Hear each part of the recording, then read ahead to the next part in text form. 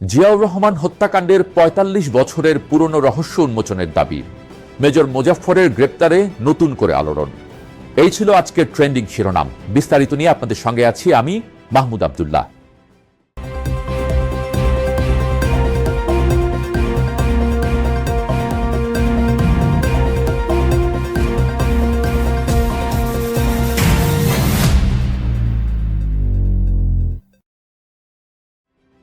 Chittagong circuit হাউসের ভোরের সেই নির্মম ঘটনার ৪৫ বছর পর আবারও আলোচনায় উঠে এসেছে শহীদ রাষ্ট্রপতি জিয়াউর রহমানের হত্যাকাণ্ড।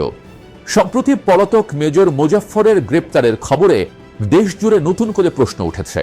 সত্যি কি ঘটেছিল সেই ভোরবেলায়? কারা ছিল এর পেছনে? আর কেন এত বছর ধরে এই হত্যাকাণ্ডের পূর্ণাঙ্গ সত্য উদ্ঘাটিত হয়নি? ৩০ মে ১৯৮১ সালের ভোরবেলা চট্টগ্রাম সার্কিট হাউসে ঘুমিয়েছিলেন তৎকালীন রাষ্ট্রপতি জিয়াউর রহমান। আগের দিন স্থানীয় বিএনপি নেতাকর্মীদের সঙ্গে বৈঠক করে মধ্যরাতে তিনি বিশ্রাম নিয়েছিলেন। কিন্তু ভোরের আলো ফোটার আগেই সেনাবাহিনীর একটি দল তার উপর গুলি চালায়। মুহূর্তের মধ্যে দেশের সবচেয়ে জনপ্রিয় রাষ্ট্রপতি নিহত হন।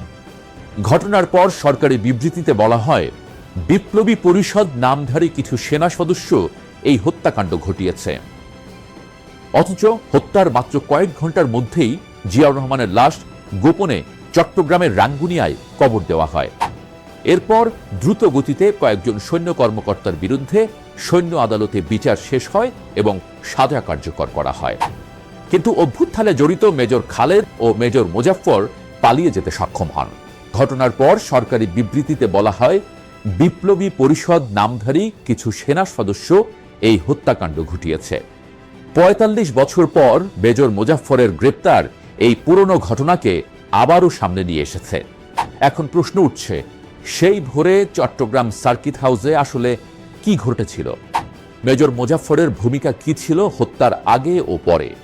দেশি বিদেশি কোন কোন পক্ষ প্রত্যক্ষ ও পরোক্ষভাবে জড়িত ছিল? আর এত বছর তিনি কোথায়, তার সহায়তায় আত্মগোপনে ছিলেন?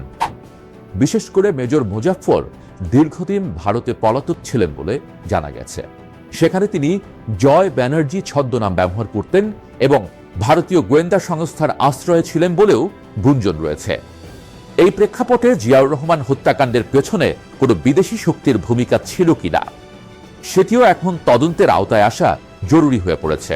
উল্লেখযোগ্য বিষয় হল, হত্যাকাণ্ডের পর থেকে আজ পর্যন্ত বেসামরিক আদালতে কোনো হত্যা মামলা দায়ের করা হয়নি। সামরিক আদালতের দ্রুত বিচারের কারণে ঘটনার নেপথ্যের প্রকৃত চিত্র কখনোই জাতির সামনে উঠে আসেনি। এখন মেজর মোজাফফরের আটকের মাধ্যমে সেই সুযোগ সৃষ্টি হয়েছে। তার জিজ্ঞাসাবাদ ও বিস্তারিত তথ্য অনুসন্ধানের মাধ্যমে বাংলাদেশের ইতিহাসের একটি অমীমাংসিত অধ্যায় উন্মোচিত হতে পারে। রাষ্ট্রের দায়িত্ব হল সত্য অনুসন্ধান করা। ইতিহাসের গুরুত্বপূর্ণ ঘটনার নিরপেক্ষ তদন্ত প্রতিহিংসার জন্য নয়, বরং ন্যায় বিচার প্রতিষ্ঠা, জাতীয় আস্থা পুনর্গঠন এবং ভবিষ্যৎ প্রজন্মের জন্য সঠিক ইতিহাস সংরক্ষণের জন্য।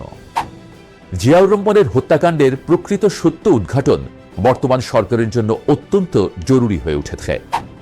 এই প্রেক্ষাপটে জাতীয় পর্যায়ে একটি স্বাধীন তদন্ত কমিশন গঠনের দাবি উঠেছে।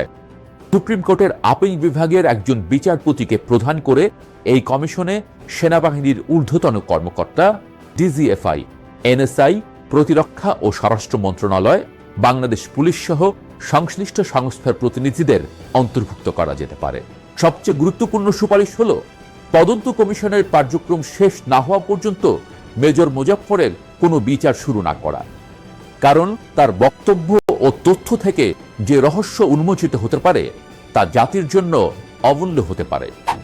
জিয়াউর রহমানের হত্যাকাণ্ড শুধু একটি ব্যক্তির মৃত্যু নয়, এটি বাংলাদেশের রাজনৈতিক ও সামরিক ইতিহাসের একটি গুরুত্বপূর্ণ অধ্যায়। এই অধ্যায়ের সত্য উদ্ঘাটন এখন সময়ের দাবি। আজ এ পর্যন্তই। আগামী পর্বে নতুন কোনো বিষয় নিয়ে আবারও হাজির হব। সে পর্যন্ত ভালো থাকুন, সুস্থ থাকুন।